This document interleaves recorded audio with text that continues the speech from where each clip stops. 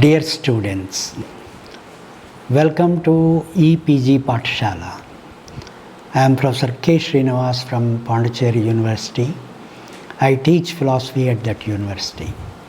I am also the coordinator of Indian religion and philosophy in the subject Indian culture. In this module, we are going to learn about Vaishnavism, and we would also try to meet the following objectives. What is Vaishnavism? Who is the Supreme God? What are his incarnations? How is liberation possible? What is called Sri Vaishnavism is popularly known as Visishtadvaita. It is one of the religious sects of Hinduism in which Lord Vishnu, along with his consort Shri, also known as Lakshmi, constitutes the Godhead or the Supreme Being. In fact, the term Visishtadvaita came to be applied to Vaishnava Sampradaya only in 11th century AD after Sri Ramanuja. Sudarshana Shuri, the author of Sruta Prakashika, a celebrated commentary on Sri Ramanuja's Sri Bhashya, who lived in 13th century AD, first used the expression Visishtadvaita to Sri Vaishnavism. So fundamentally, one does not find much difference between Visishtadvaita and Sri Vaishnavism. But in the case of Visishtadvaita, we are more interested in the philosophical content. But in Sri Vaishnavism, we are more interested in religious component. The Hindu trinity of Brahma, Vishnu and Shiva are three principal manifestations of divinity who preside over the realms of creation and passion, organization and goodness, and destruction and ignorance respectively. In that, Lord Vishnu is seen as a cohesive center. Another salient feature of Vaishnavism is that the epics and Puranas primarily focus on Lord Vishnu. Lord Vishnu is the supreme Godhead who receives awe, admiration, and reverence from his worshippers. He is the embodiment of majesty and divine excellence. His appearance is so pleasant and pleasing, with long black hair, lotus eyes, deep blue complexion, and glowing yellow garments. His four arms indicate his infinite power and ubiquitous nature. In each of his arms, we find a conch, a chakra, a large mace, and lotus. The conch is a symbol of creativity and victory. The chakra symbolizes the power of mind and is also used as a weapon to destroy the evil and misconception and doubt. The large mace evokes fear in the unrighteous as a symbol of strength, and the lotus symbolizes liberation and the ability to rise beyond the material existence. The Lord is often depicted as reclining on the cosmic waters of creation, along with Sesha, the serpent-like form of Balarama. This is the physical feature of Lord Vishnu. The Sesha guards the Lord and acts as his bedstead, with his soft skin and his many hoods rising high above him. From Lord Vishnu's navel, we see the world's first being, Brahma, ready to create on behalf of the Lord. Sometimes Vishnu is shown with Lakshmi, his consort, who is always serving him. This indicates that she shows all these souls how to perform the most important form of yoga, the devotional service. Vaishnavism equates Brahman with Lord Vishnu. Etymologically, the words Brahman and Vishnu mean the same. The Sanskrit root of Brahman is Brih, which means expansion or to spread throughout. Similarly, the name Vishnu means pervasive or to expand. According to Shanbag, a renowned scholar of Hindu studies, since both Brahman and Vishnu have same connotations, that every reference to Brahman is also equally a reference to Vishnu. The 3 steps of Vishnu testify that his steps encompass all that exists and goes beyond into uncharted territory. Most of the Vedic gods are embodiments of celestial, terrestrial, and atmospheric forces. But Vishnu's 3 steps vindicate his ability to accommodate all the 3.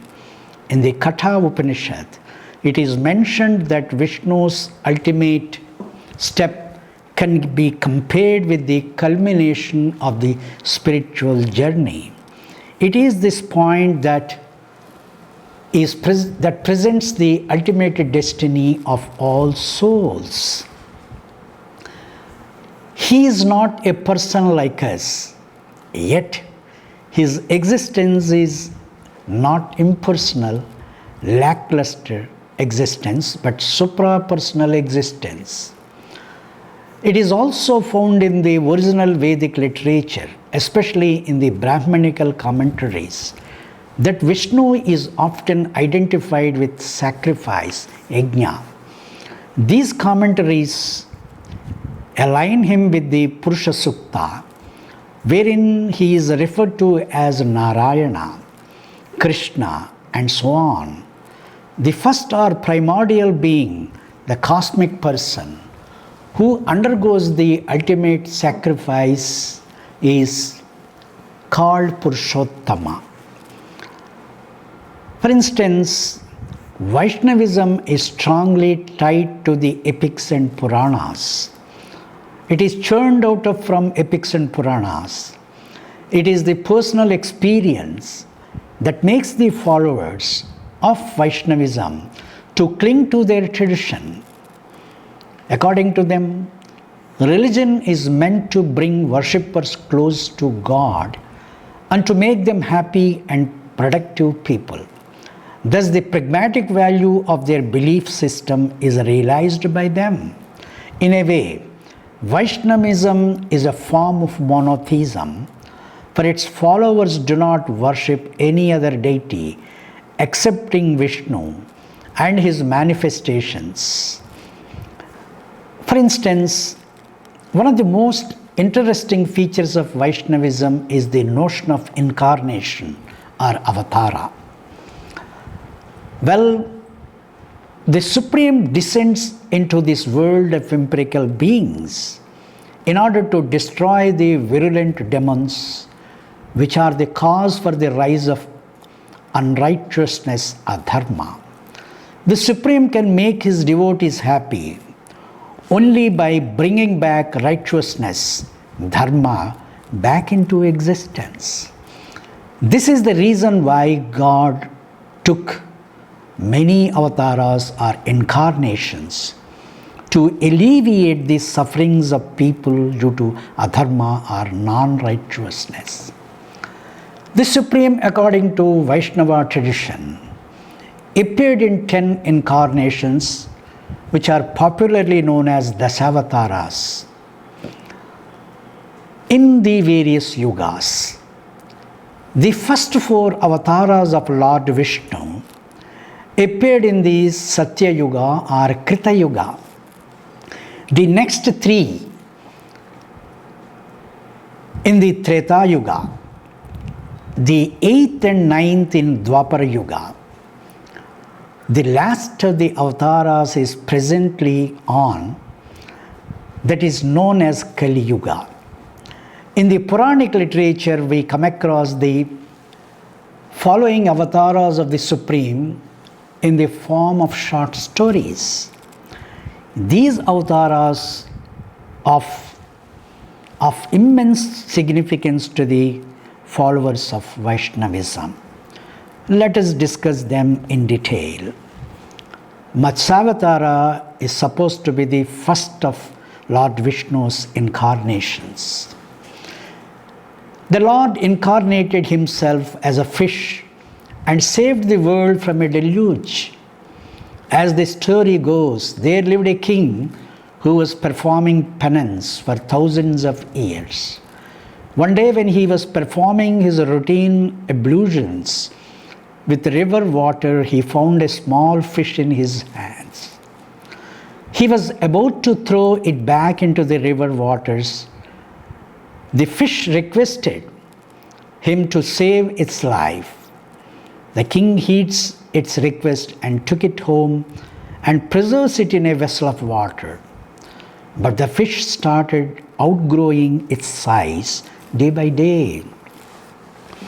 Then the king shifted it into the river and then into the ocean. From this, the king realized that the fish must be the appearance of the Lord.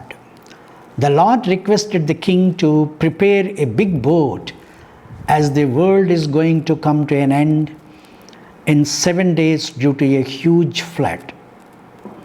True to Lord's prophecy, there was a huge flood, and the king tied the boat with a royal serpent Vasuki to the boat, who appeared in the form of fish, to reach the Mount Himavan. The Lord in this form takes the boat safely to Lord Himavan by protecting 7 hermits, each of the species of plant and animal, to his newly created world, which is a safer destination for all living beings. Now, the second incarnation is known as Kurmavatara. In this form of tortoise, the Lord offers his back as the pivot on which the Mount Mandara rested. As the story goes, both gods, devatas, and demons, asuras, were fighting each other for their supremacy. In the process, suddenly the gods lost their strength due to a hasty curse of a short-tempered sage Durvasa. The sage once presented a garland of flower to Indra, which they later gave it away to an elephant which trampled the garland. This act of Indra made Durvasa angry. Then the gods approached the Lord to get them back. They lost strength due to the curse of Durvasa. Then the Lord asked both the gods and demons to churn the ocean of milk after adding some medicinal herbs to it. He then wanted to use the Mount Mandara as a churning stick and sought the help of demons to lift it and place it on his back. In return to that help, the Lord offered a share of nectar of immortality, which comes after churning to them. Both the gods and demons churned the ocean by using the serpent Vasuki as the rope. Several precious objects came out of churning. At the end, a bubble of nectar of immortality surfaced, and it was grabbed by the demons. But the Lord transformed into a beautiful maiden, Apsarasa, and mesmerized the demons only to distribute it to gods, who got back their strength. Thus the Lord saved the world from the demons by making them weak. This is the essence of Kurmavatara. Now coming to Varahavatara, the Lord incarnated himself as a wild boar to destroy the Hiranyaksha, who stole the Vedas from Brahma while he was sleeping.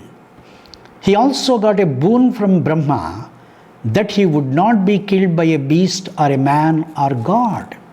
However, in the list of beasts, he forgot to include Varaha. He then went on plundering all the worlds. He pushed the world to Patala, which exists beneath sea, and committed all atrocities. The Lord appeared in the form of a wild boar and carried the world on its tusks and from Patala, and restored the Vedas to Brahma by killing Hiranyaksha. So this is the significance of this particular avatara according to Vaishnavism. Now comes Narasimhavatara. The Lord incarnates himself in the form of half man and half lion to release the world from the clutches of a demon Asura called Hiranyakasapa. He obtained some peculiar powers from Brahma through severe penance, tapas. These powers are such that he would be killed neither in the day nor in the night, neither by God nor by a man, an animal or by a weapon, neither on the earth nor in the air. He wanted to remain young forever and immortal. Prahlada, being a devotee of Lord Vishnu, refused to worship Hiranyakashipa as supreme God. Incidentally, Prahlada was his son.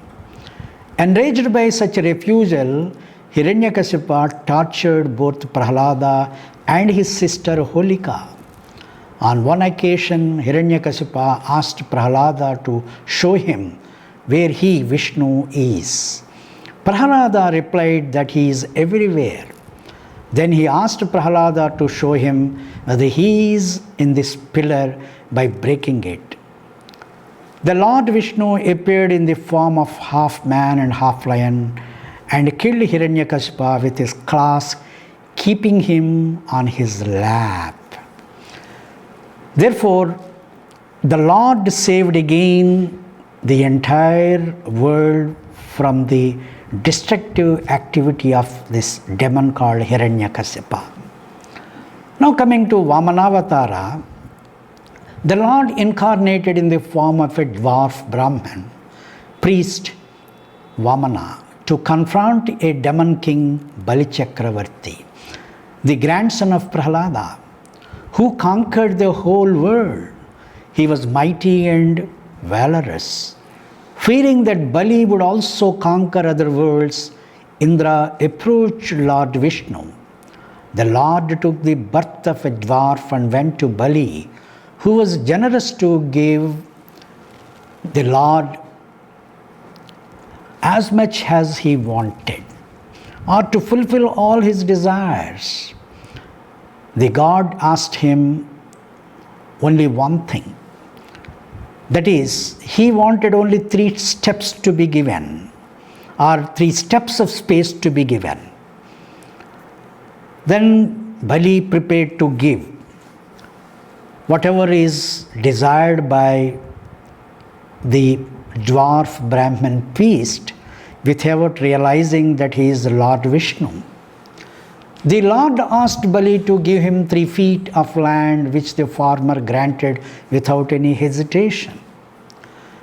Then the Lord Vishnu grew bigger in size and occupied heaven and earth with 2 his feet.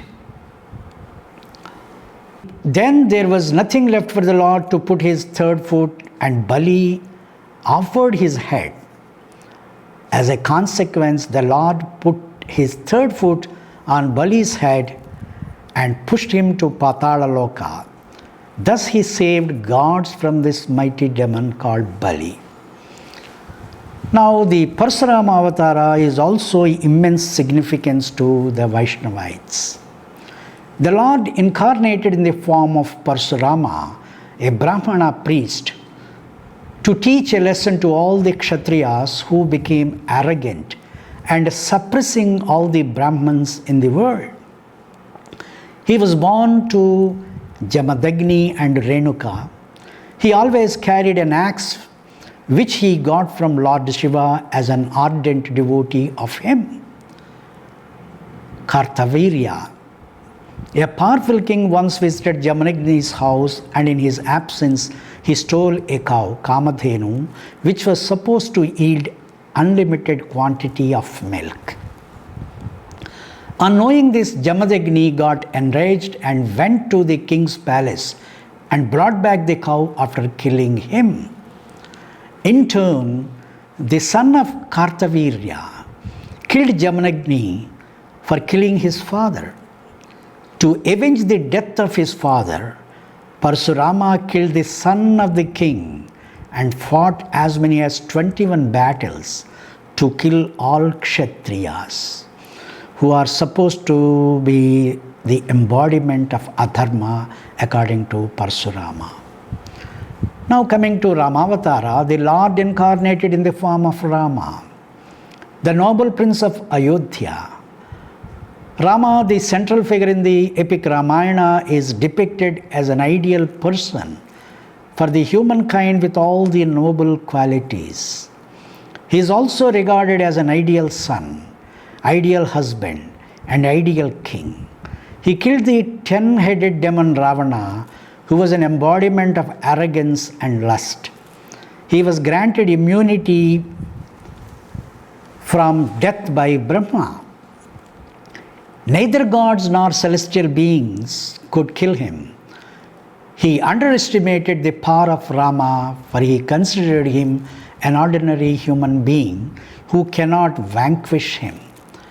But it is the Lord Vishnu who took the birth of Rama and his consort Lakshmi as Sita. Ravana abducts Sita when Rama and his younger brother Lakshmana were away. Then Rama, with his ideal follower Hanuman and the army of monkeys, crossed the ocean to reach Ravana's kingdom. There was a fierce war between Rama and Ravana, and in the end Rama killed Ravana.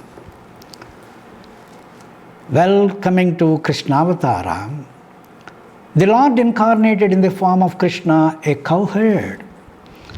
He is the central character in the epic Mahabharata. This is supposed to be the most important epic with myriad of stories in the Hindu mythology. There are stories concerning war, peace, brotherhood, love, hatred, politics, and so on. It is primarily a story of Kauravas and Pandavas, who were the sons of Dhritarashtra and Pandu respectively. Lord Krishna plays a key role in the epic to restore moral order, dharma. As a part of the Mahabharata during the war between Kauravas and Pandavas, Lord Krishna gives a long discourse to Arjuna, the third son of Pandu, on the philosophy of action. This discourse is popularly known as the Bhagavad Gita. Krishna, when he was young, kills his own maternal uncle Kamsa, who was responsible for all evil acts. Krishna was endeared by one and all for his charming and helping nature. He killed all those demons who robbed the chastity of all gopikas. The essence of this avatara is, irrespective of your relation with any individual, he may be your brother, he may be your son, he may be your uncle, if you find him to be an evil person, God does not spare such evil persons. Krishnavatara is one such kind of incarnation of God, where he killed his own uncle for his evil acts. Coming to Buddhavatara, The Lord incarnated in the form of Buddha, the enlightened noble prince who showed the entire world the path of peace. He is known for his concept of ahimsa. He preached the four noble truths. They are as follows. The world is full of sorrow and misery. This sorrow and misery is caused. What caused sorrow and misery can be eradicated. And that there is a way to eradicate this sorrow and misery. According to him, by following the eightfold path, Arya Ashtanga Marga, one can get rid of sorrow and misery. His eightfold path includes right faith, right resolve, right speech, right action, right living, right effort, right thought, and right concentration. The Buddha prescribed Ashtanga Marga to attain nirvana or liberation from rebirth. Coming to Kalkavatara, which is yet to come into force. The Lord incarnated in the form of Kalki, the machine man who rides on the back of a white horse with his blazing sword in his arms. This is going to be the future incarnation of the Lord to end the world which loses all the four legs of Dharma. All the evildoers are punished by the Lord in order to create a new world of golden age again.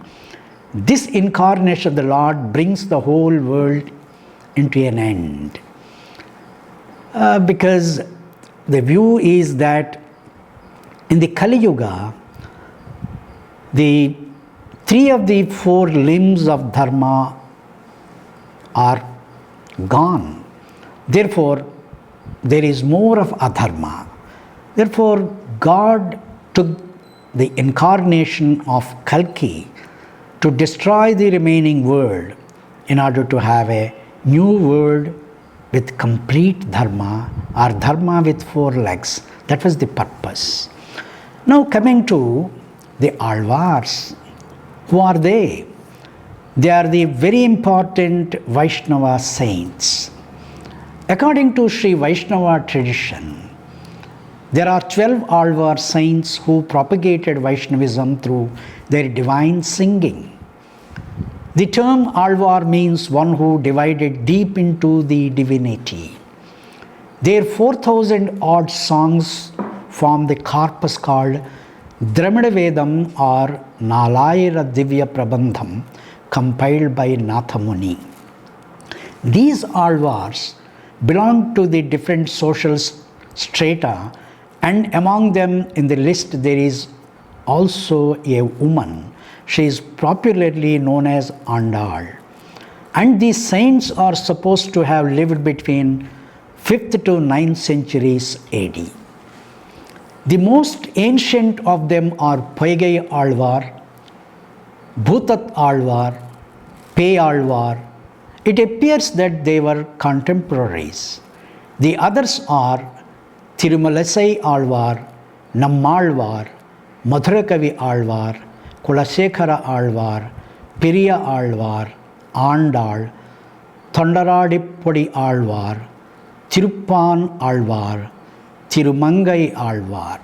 Some believe that Alvars of the divine incarnations of Lord, Vishnu's weapons and ornaments and vehicles.